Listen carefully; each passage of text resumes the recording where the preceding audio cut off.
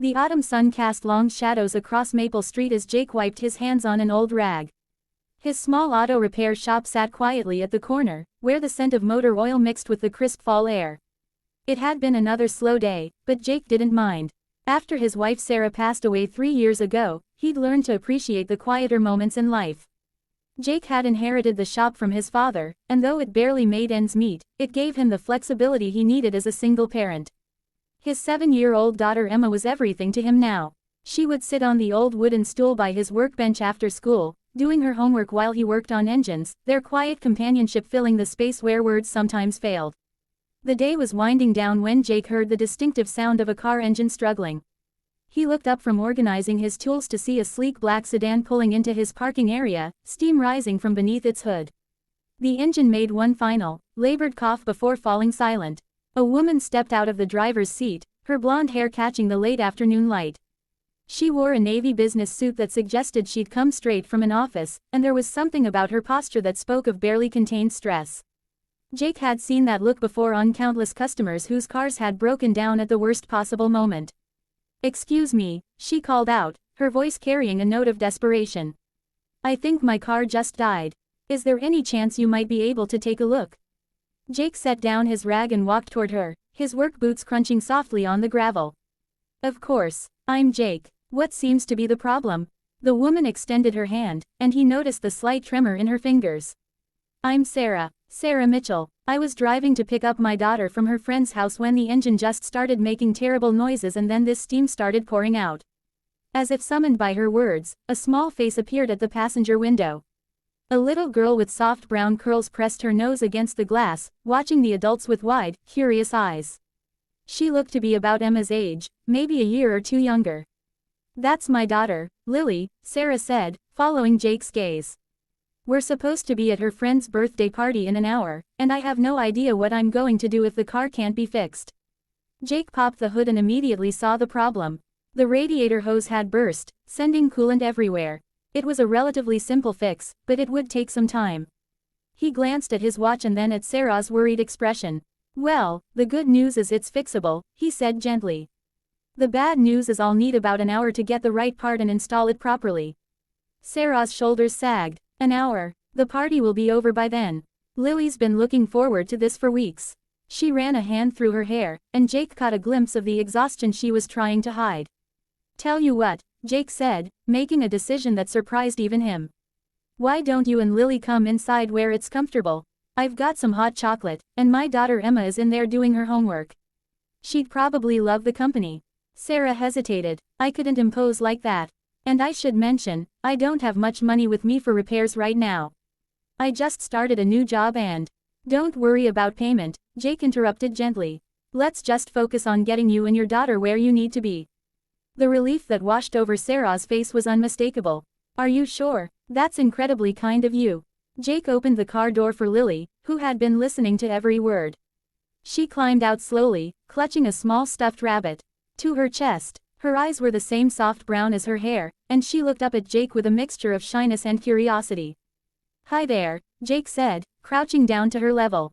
"I'm Jake. I'm going to fix your mom's car so you can get to your party. Would you like to come inside and meet my daughter while I work?" Lily nodded solemnly, then whispered something to her stuffed rabbit before looking back at Jake.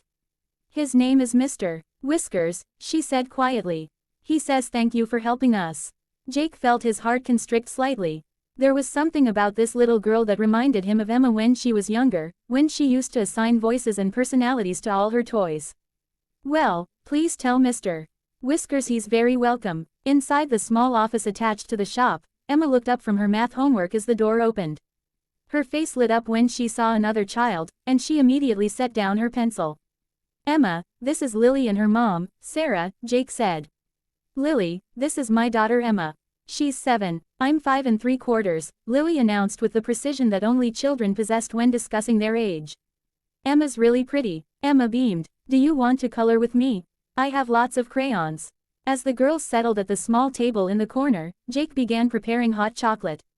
Sarah stood near the window, watching her daughter transform from the quiet, worried child in the car to someone animated and happy. "She doesn't usually warm up to strangers so quickly," Sarah said softly. "You have a lovely daughter." Thank you. Emma doesn't get to interact with many kids her age outside of school. This is nice for her too. Jake handed Sarah a steaming mug. So, new job. Sarah nodded, accepting the hot chocolate gratefully. Marketing coordinator at Henderson and Associates downtown. It's a good opportunity, but the hours are long, and being a single mom. She trailed off, then looked at Jake more carefully. You mentioned your daughter. Are you widowed? Jake said simply. 3 years now. I'm so sorry. Sarah's voice carried genuine sympathy. Divorced, myself. About 2 years ago. They stood in comfortable silence for a moment, both watching their daughters. Lily was now explaining an elaborate story about Mr. Whiskers to Emma, who listened with rapt attention. The stuffed rabbit had apparently once saved a whole village of other stuffed animals from a terrible storm.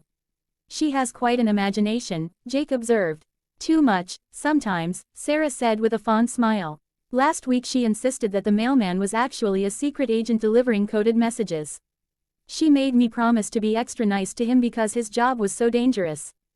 Jake chuckled. Emma once convinced herself that our neighbor's cat was teaching the other neighborhood cats how to read. She left picture books on our back porch for weeks.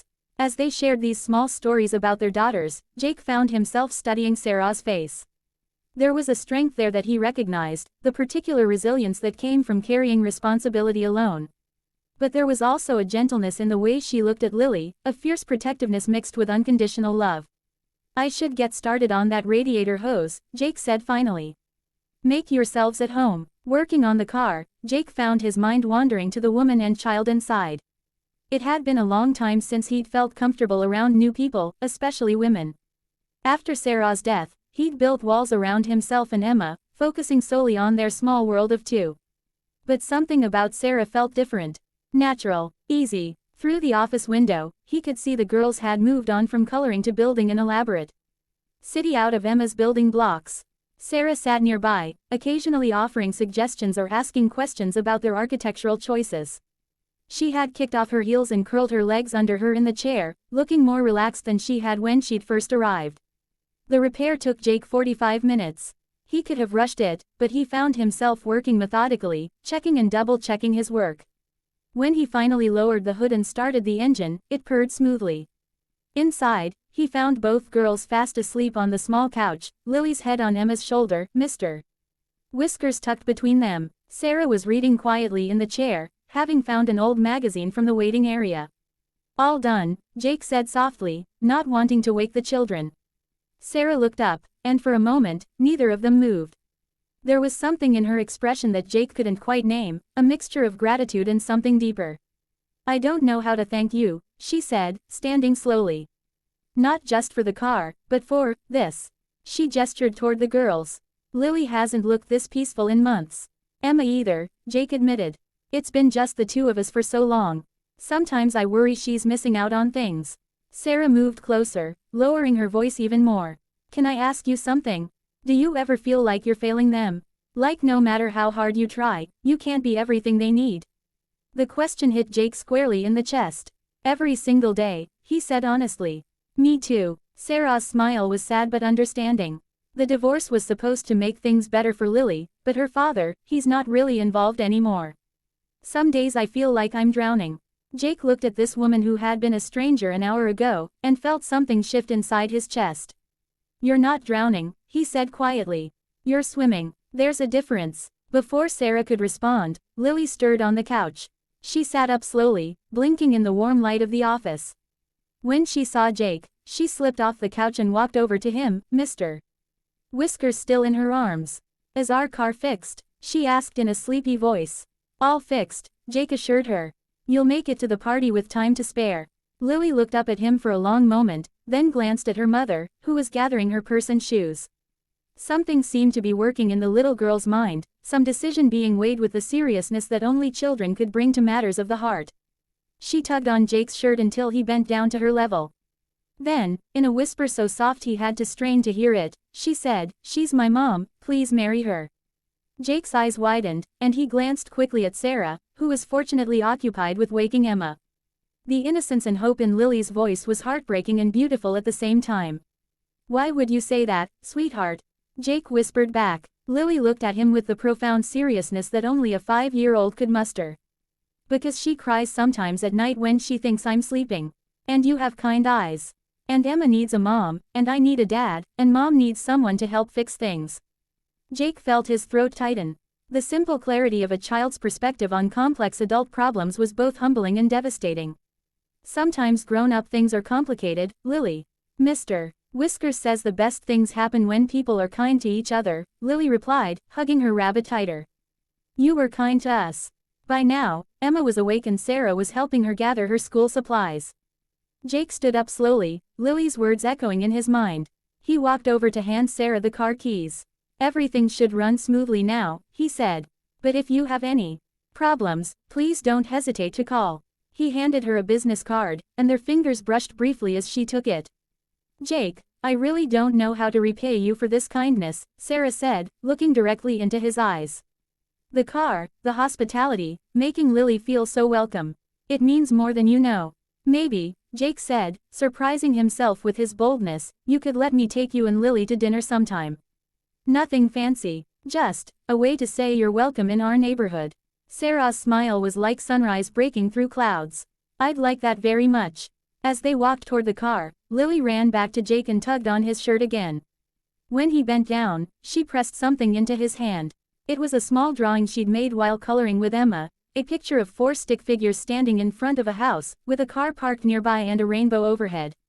That's you and Emma and me and Mommy, she explained. Mr. Whiskers helped me draw it. Jake looked at the drawing, then at the little girl's hopeful face. It's beautiful, Lily. Thank you. Will you keep it? She asked. Always, Jake promised. As the black sedan pulled away from the shop, Jake stood in his doorway watching the taillights disappear around the corner. Emma came to stand beside him, and he showed her Lily's drawing. She drew us like a family, Emma observed with her 7-year-old matter-of-factness. Yes, she did, Jake said quietly. I liked having them here, Dad. The shop felt different, warmer. Jake looked down at his daughter, remembering his wife's words from years ago about how home wasn't a place but a feeling. Maybe, he thought, home could expand to include new people. Maybe healing didn't always mean learning to live with less, but sometimes learning to be open to more. 3 days later, Sarah called. Her voice was warm and slightly nervous as she asked if his dinner invitation was still open. They met at a small family restaurant downtown, where Lily and Emma picked at chicken nuggets and built elaborate stories about the other diners, while Jake and Sarah discovered they had more in common than 2 people dealing with broken radiator hoses. They learned that Sarah loved old movies and that Jake read poetry in his spare time. They discovered that both of them had once dreamed of traveling but had set those dreams aside for practical concerns. They found that they laughed at the same subtle jokes and shared similar fears about raising daughters in a complicated world. Over the following weeks, what began as grateful friendship deepened into something neither of them had expected to find again. Sarah would stop by the shop on Friday afternoons, sometimes with a legitimate car concern but often just to say hello. Lily would run straight to Emma, and the 2 girls would disappear into the office to continue whatever elaborate game they'd invented the week before. Jake began to understand what Lily had seen that first day, what had prompted her whispered request. It wasn't just about her mother's nighttime tears or Emma's need for maternal guidance. It was about the way the 4 of them fit together naturally, like puzzle pieces that had been separated but never lost their ability to connect. On a snowy evening in December, as they all sat around Jake's kitchen table sharing homemade soup, Lily made another announcement with her characteristic seriousness.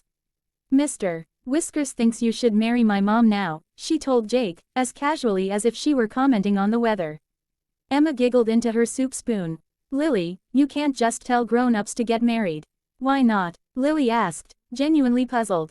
They already act married. Jake fixes things for Mom, and Mom makes sure Jake eats vegetables, and we all live here on weekends now. Sarah blushed deeply, but she was smiling. Jake reached across the table and took her hand, feeling the rightness of the gesture. You know what, Lily? Jake said, his voice gentle but serious. Mr. Whiskers might be onto something. 6 months later, on a warm spring morning, Jake and Sarah were married in the small garden behind the auto shop. Emma served as maid of honor, and Lily was the flower girl. Mr. Whiskers, dressed in a tiny bow tie that Emma had carefully crafted, served as ring bearer in Lily's capable hands. The ceremony was simple and filled with the kind of quiet joy that comes from finding happiness in unexpected places. As Jake and Sarah exchanged vows, Lily leaned over to Emma and whispered, I told you Mr. Whiskers was smart about these things. Emma whispered back, "Do you think he knows any other families that need fixing?" Lily considered this seriously. Probably. Magic rabbits usually do. And in that moment, surrounded by the people who had become their chosen family, Jake realized that sometimes the most beautiful repairs weren't made with tools and replacement parts, but with open hearts and the willingness to let others help carry the load. The auto shop still stands on the corner of Maple Street, but now it bustles with the energy of a full family. Sarah's marketing skills helped Jake expand the business, and on Friday afternoons, both girls can be found in the office, Emma teaching Lily about engine parts while Lily explains Mr. Whiskers' latest adventures. Sometimes, the simplest acts of kindness create the most profound changes. A free car repair became a bridge between two broken families, proving that healing often comes not from fixing what's broken, but from discovering what was missing all along. The drawing Lily made that first day still hangs framed above Jake's workbench, a reminder that sometimes the clearest vision of what's possible comes from the pure, hopeful heart of a child who believes in the magic of kind eyes and gentle hands, and who understands that the best families are built not just on blood, but on choice, care, and the courage to whisper impossible dreams into the world.